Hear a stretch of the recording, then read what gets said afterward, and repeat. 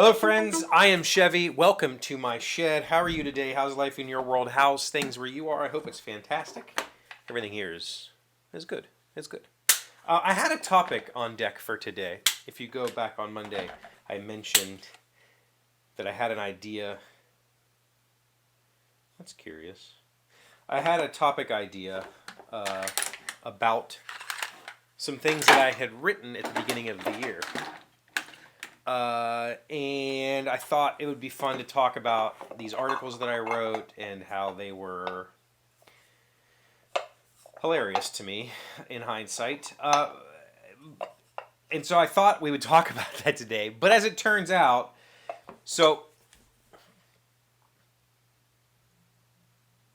I ended up writing an article about it instead. So tomorrow, on the newsletter, email, whatever, on my website, I will post an article about those stories. And it's not a particularly good article. It's not particularly insightful, but I think it's got some interesting thoughts. And it's got affiliate links to books that you can purchase, and I make money. Not that I'm... Pause. Yes, this article tomorrow has 2 affiliate links, 2, I guess, advertisements for books that I recommend in it, but that is not the purpose or intention of this writing experiment. That is just, I have an Amazon associate, so I might as well include links to those things, and if somebody buys something cool, I get a little bit. I get a little kickback. So if that's a problem, let me know. I'll stop doing it, because it's not the intent, but it is something like, well, I mentioned this, I might as well put it in there, right? So to rewind to the beginning of the year, well, let's rewind to the beginning 2 years ago. Actually, let's just rewind to the beginning, whenever that is, as a child. I've been writing stories since I was a child, and I mean that very seriously. I, in fact, have a quote book that I started as a kid called The End of the World. And I made it out of notebook paper, and I started writing it, and my parents saved it. They thought it was hilarious, and I still have it. I have short stories that I've written. I have poetry. I've read some poetry on here. I have copies of short stories that were published in my school's kind of newspaper journal thing. It was, I don't know what it was, but it was a literary thing. So I've been writing, or trying to write. I've been attempting to write for a very long time.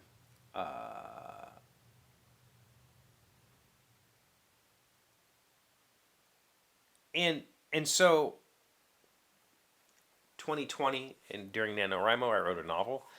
I wrote 50,000 words. I've been wanting to write a book for a long time, and I thought I would try fiction, and so I tried a fantasy book. And it sucks. I don't like it at all. It needs to be completely rewritten from scratch, basically. The core world that I created and the magic that I created and all that stuff can persist, but the majority of the book is useless as a book. So I'll probably rewrite it someday. Maybe. I don't know. That was in 2020. 2021. Yeah? Yeah. I wrote a few short story ideas. I never got more than a few paragraphs on a page. So 2022, the beginning of 2022, I decided to start a project where I would write a story every week. And I did it for, I think, 5 weeks. And I wrote a story and deleted it. Literally just deleted it. There was no revisions. I didn't reread it. It was literally, I tried to create a character, create a plot that had a structure, and put words on page. I didn't spell check it. It was just an exercise in trying to tell a story from start to finish. And somewhere along that way, I hit on an idea that I thought was, oh, this is a fun idea. And I started to write that as a book. I still have that. And I still think it has I think it has merit as an idea, and I think that I could somehow tell that story, but I feel like I need a writing partner on it. I feel like it's the kind of story that a couple of people could put together and have fun with. But as an individual, I don't feel, I guess, qualified to write that story. So that 5 week series came to a halt. I guess it's 6 weeks because I didn't throw away that sixth story. I threw away the first five. So this year, I decided to do the same thing again, to write a story a week. This time, save them. And so I did. I wrote 7 stories this time, 6.5, which were intended to be. I decided this year to write nonfiction, or not nonfiction, yeah, nonfiction. I decided to write stories that I've told on the show. I've decided to write maybe some stories I haven't told on the show, and I decided to try to find a voice. And as it turns out, I the stories got progressively more angsty. Like I've complained more about my parents or my childhood or whatever. I complained about who I used to be. And it was just like, this isn't the point of this, and I quit. In fact, one of those stories I didn't. I wrote a sentence at the end that said, "I don't like where this is going, so I'm abandoning this." And I think this story was about abandonment, which is pretty funny. Like that's funny.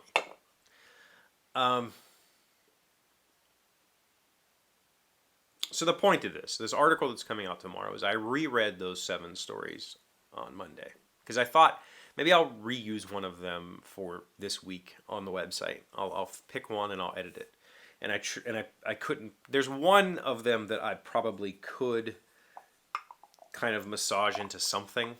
The other ones are really like not cohesive. They don't really tell a story. They're just not good. And so I'm never going to. They're just artifacts. Maybe someday when I'm gone, somebody will look at those and edit them or something. But today, so I ended up writing an article this morning before work about that process. That's what I'm going to post tomorrow. And I guess what we can talk about, I mean, other than we just spent 7 minutes me setting up this stupid article that's like 1,000 words. It's not really even anything to be impressed by. And it's not, I don't think the content is very good. But that's not the point. I'm publishing because I'm publishing. Like, I don't care. I tried to use some, I guess, AI tools. I don't know if they're necessarily AI. I mean, I guess they are. I used both Grammarly and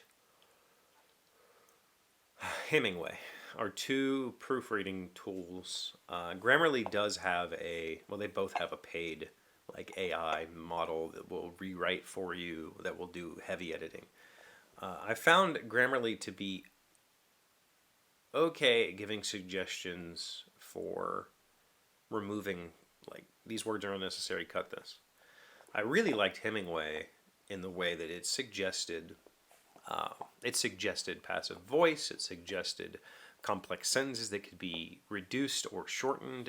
It suggested it really tried to say use less adverbs, use more stronger action verbs and less adverbs, which I think is a good thing. It's difficult. I don't know how to approach that sometimes. I struggle with that a little bit. It does a really good job of fixing passive voice. Which again, I don't always have a good fix in some of the ways that some of the phrases that I use, I don't really have a good way to fix those. But I found those 2 tools to be really interesting writing tools. And so that article will be out tomorrow. It's not really anything. I would say it's not worth reading, but I wrote it and I'm publishing it because I don't know why. Go read it. If you haven't signed up for the newsletter, do that. So you'll get these when they come out. Because I am working towards something. I am working towards, if nothing more, I would like to have some sort of a routine around writing. Whether that's, just be more regular. Doesn't matter what it is. I'll figure it out later. And this background project I hope to complete. I would really like to complete it. I just need to find the motivation to do it. So, you know, I think I need to. You'll see from the article tomorrow what I wanted to talk about. I think that I need to find the inspiration because I found the inspiration last year. It's just what I wrote was too inspired, and that's what the article's about. So anyway, I'm gonna go back to work. It's lunchtime. I have stuff to do. I am working on remember last year I tried to make a salt cellar and I really screwed it up. I found this little dish at Walmart and I thought that is a shape that I could make a lid for. And ta-da, I have a salt cellar. I didn't quite get the inside piece right, so I need to somehow shape it a little further.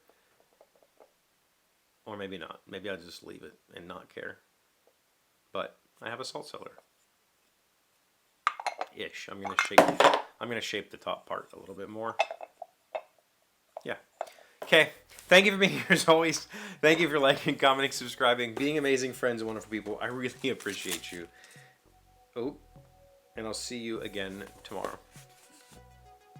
Today's word you should know sounds smart is synecdoche. It is a noun meaning a type of shorthand speech in which a partial description is understood by the reader or listener to represent the whole.